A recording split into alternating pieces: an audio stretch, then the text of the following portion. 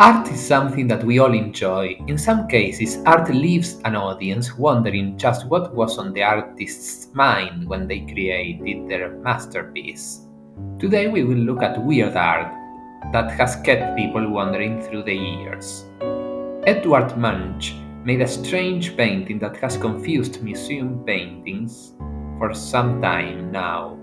Known as the Scream, this painting features a surreal agonized person standing on a bridge with hands grasping his or her head, with the mouth wide open. Many have been led to speculate exactly what this character is agonized about, though most likely it was the artist expressing his views about life and nature through his art. The Scream is one of the most iconic paintings in the Expressionist art world. Medieval paintings occasionally have had certain objects in the sky portion of the painting that just do not seem to belong there. As fresco, painted in 1350 named The Crucifixion, features objects in the sky which some will say are unidentified flying objects, each with a pilot. Denis Hieronymus, Associate Professor of Italian Renaissance Art and Chair of the Department of Art History at New York University, says that the objects are simply the sun and the moon personified.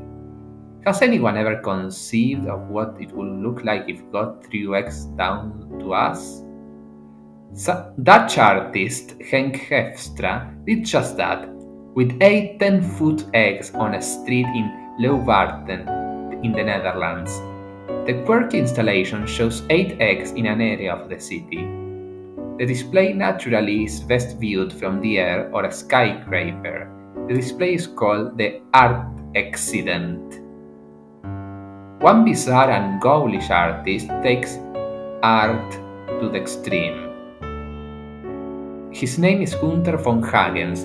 This German artist, if you can call him that, uses actual human body parts and a process that he invented called plastination to create his bizarre artwork.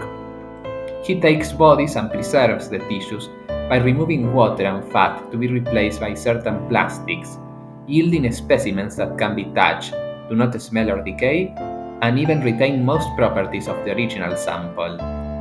Art does not need to have a form. Well, not exactly. An artist named Bernard Smilde creates what he calls cloud art indoors, using a smoke machine.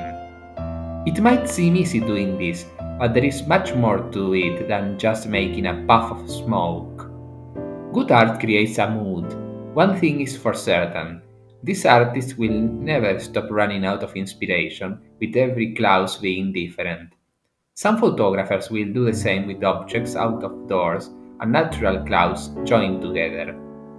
One famous sculpture in Nuremberg, Germany, has stood for centuries, and it's called the Fountain of the Seven Virtues. It is a series of iron statues with one at the top, with water pouring out of each statue. It is a sight to behold there in Nuremberg, and is photographed countless times, standing through storms and war, seasons and rust. Art does not have to be huge. Sometimes it can be very small, such as with chip art.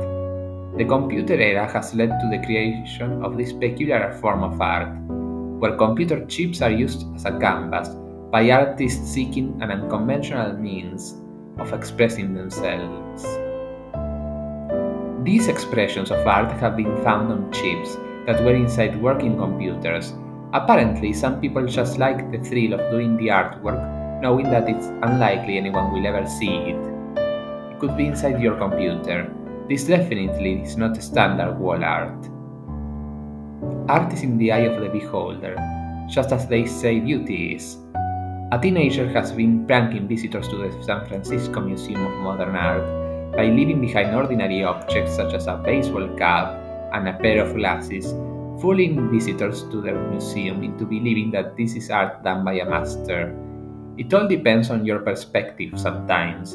Some may call a crucifix in a jar of urine art, while others may call it a blasphemy. Once again, it all depends on your perception.